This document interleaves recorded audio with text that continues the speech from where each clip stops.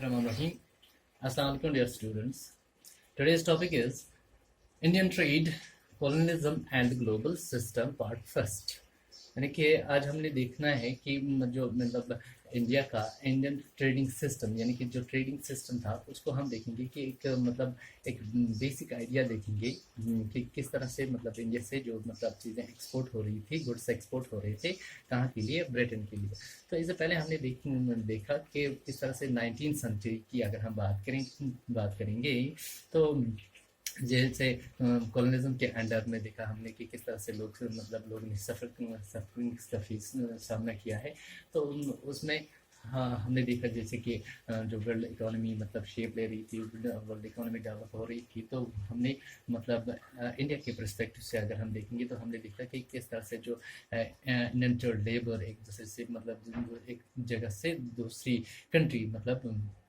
Migrate करते थे as indentured labour. तो अगर हम इंडियन पर्सपेक्टिव से देखें तो क्या हमारा सिर्फ इतना ही रोल था, जो वर्ल्ड इकोनॉमी थी जितना ही रोल था। तो उसमें हमने फिर देखा कि जो इंडियन एंटरप्रेन्योर्स थे, बिजनेसमैन थे, तो उनका भी हमारी इकोनॉमी में और वर्ल्ड इकोनॉमी में मतलब कंट्रीब्यूशन रहा है। तो क्या होता है कि अगर हम ट्रेडिशनल सिस्टम देखेंगे कि किस तरह से ट्रेडिशनली मतलब चीज़ें जो गुड्स थे वो एक्सपोर्ट हुआ करते थे, कहाँ से एक्सपोर्ट होते थे, जो एक्सपोर्ट होते थे मतलब इंडिया से ब्रिटेन के लिए, यानी कि जो इंडियन वेवर्स थे वो किस तरह से गुड्स को मतलब एक्सपोर्ट करते थे, कहाँ के लिए, ब्रिटेन के लिए। यानी कि ट्रेडिशनली क्या होता था कि मतलब जो गुड्स हुआ करते थे वो कहाँ जाते थे, एक्सपोर्ट होते थे ब्रिटेन, और ब्रिटेन दूसरी चीज़ को मतलब इम्पोर्ट कराता था कहाँ से, इंडिया से। तो ये मतलब ट्रेडिशनली होता था कि इंडिया से मतलब गुड्स एक्सपोर्ट हो रहे थे ब्रिटेन में, और ब्रिटेन में फिर लोग उस चीज़ को मतलब खरीदते थे कि अगर जो ब्रिटिशर्स थे वो यहाँ से ले जाते थे 50 में, तो वहाँ वो मतलब 70 में या 80 में बेच देते, तो यानी कि पैसा कमाते थे। लेकिन फिर बाद में क्या हुआ कि change with the growing cotton manufacturing industries in Britain, यानी कि फिर चेंजेस आती गई। यानी कि चेंजेस कैसे आती गई कि जब कॉटन मैन्युफैक्चरिंग इंडस्ट्रीज मतलब डेवलप होने लगी है, कहाँ में, ब्रिटेन की अगर हम बात करें कि ब्रिटेन में कॉटन इंडस्ट्रीज जो थी, कॉटन मैन्युफैक्चरिंग इंडस्ट्री जो थी वो ग्रो होती गई। तो इस चीज़ से मतलब क्या मतलब बदलाव आ गया। किस में बदलाव आ गया, जैसे कि अगर हम ब्रिटेन की बात करेंगे तो ब्रिटेन में मतलब कॉटन इंडस्ट्रीज डेवलप होगी, तो वहाँ पर मतलब जो मतलब मशीन मेड क्लोथ्स थे वो उन्होंने बनाने शुरू किए हैं। तो फिर उन्हीं मतलब गुड्स को वो मतलब कहाँ बेचते थे, इंडिया बेचते थे मतलब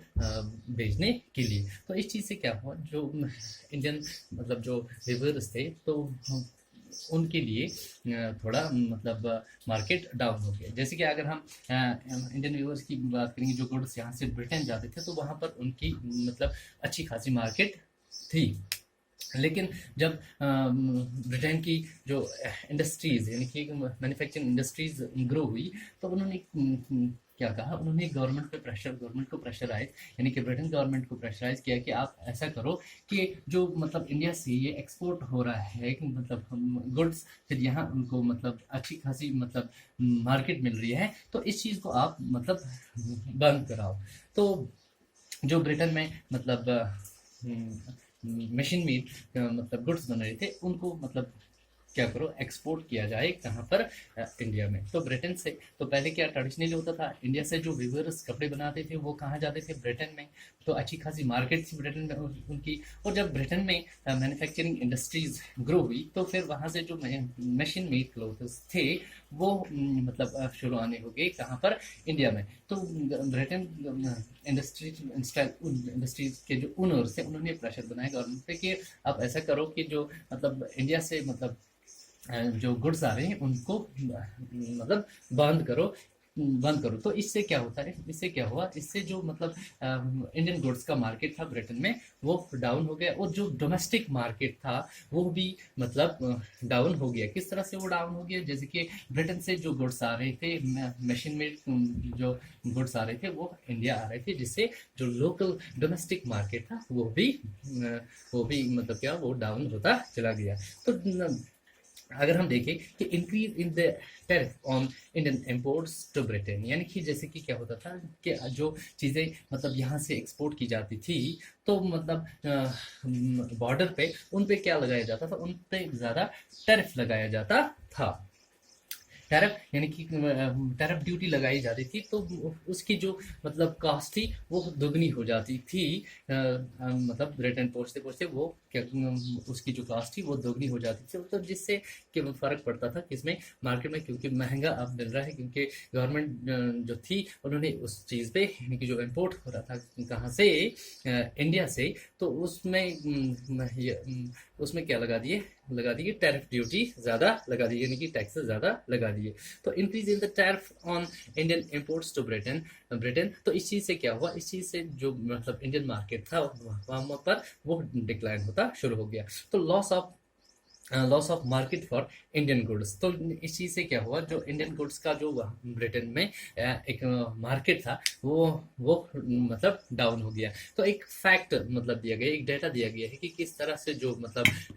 जो इंडिया से एक्सपोर्ट हो रहा था, अगर हम कॉटन टेक्सटाइल की बात करेंगे, तो कॉटन टेक्सटाइल में किस तरह से हमें मतलब डाउनफॉल देखने को मिला है, किस तरह से जो एक्सपोर्ट था वो डिक्लाइन होता चला गया। अगर हम 1800 की बात करेंगे तो 30% जो हमारे मतलब यहाँ पर प्रोडक्शन होती थी, तो उसमें मतलब 30% का क्या होता था, 30% उसमें से एक्सपोर्ट होता था, कहाँ के लिए, मतलब बाकी कंट्रीज के लिए। तो जब 1815 आते आते यही 30% मतलब डिक्लाइन होता चला गया, और यही 30% फिर 15% में 1815 आते आते रह गया। तो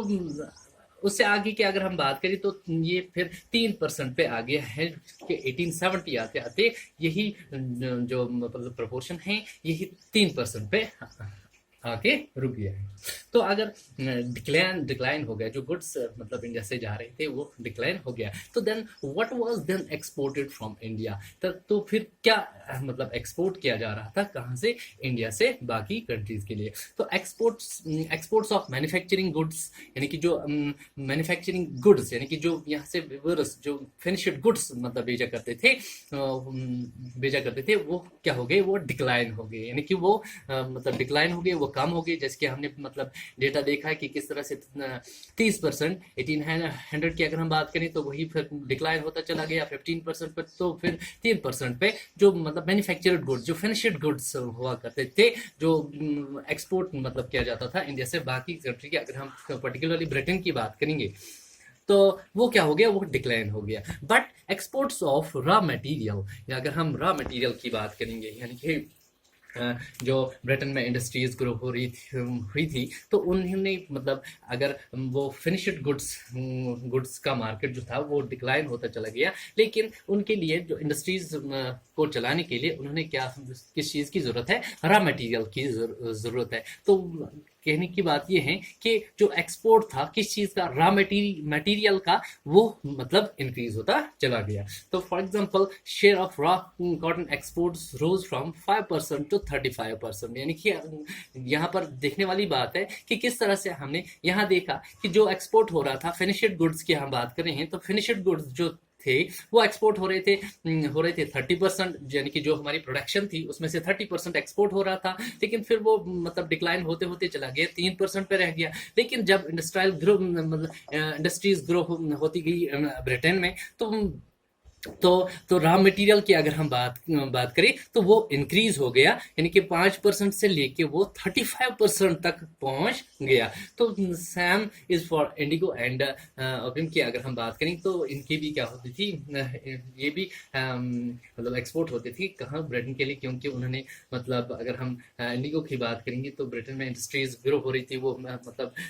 मशीन मेड क्लोथ्स मतलब बनाते थे, तो वहाँ पर उनको इस चीज़ की भी जरूरत थी अपनी मतलब इंडस्ट्रीज को चलाने में, तो इसका भी मतलब एक्सपोर्ट होता था। तो दूसरी चीज अगर हम अफीम की बात करेंगे तो अफीम भी मतलब ब्रिटिशर्स लेते थे, तो चाइना को भेज देते थे, फिर चाइना से मतलब टी वगैरह लेकर बाकी मतलब कंट्रीज में इंटरनेशनल मार्केट्स में भेजते थे। तो ये हमने एक मतलब एक डाटा बेसिक इंफॉर्मेशन देखी है कि किस तरह से जो ट्रेडिशनल सिस्टम था इंडिया से किस तरह से एक्सपोर्ट हो रहा था जो टेक्सटाइल, और फिर किस तरह से वो डिक्लाइन होता गया जो मतलब इंडियन व्यूअर्स के लिए सही मतलब सही नहीं था कि ब्रिटेन में इंडस्ट्रीज ग्रो हुई, तो ब्रिटेन में जो इंडस्ट्रीज ग्रो हुई उससे मतलब जो हमारे इंडियन व्यूअर्स थे उन पे क्या असर पड़ा, उनका जो मतलब वो मार्केट था वो लॉस हो गया है किनके लिए, इंडियन गुड्स के लिए। अगर देखने को मिला है कि अगर मतलब जो फिनिश्ड गुड्स मतलब एक्सपोर्ट हो रहे थे वो डिक्लाइन होते गए, लेकिन उसी के साथ साथ हमने देखा कि जो रॉ मटेरियल था, यानी कि जो रॉ मटेरियल यहाँ से जाता था ब्रिटेन के इंडस्ट्रीज के लिए, इंडस्ट्रीज जैसे कि अगर हम कॉटन की बात करेंगे तो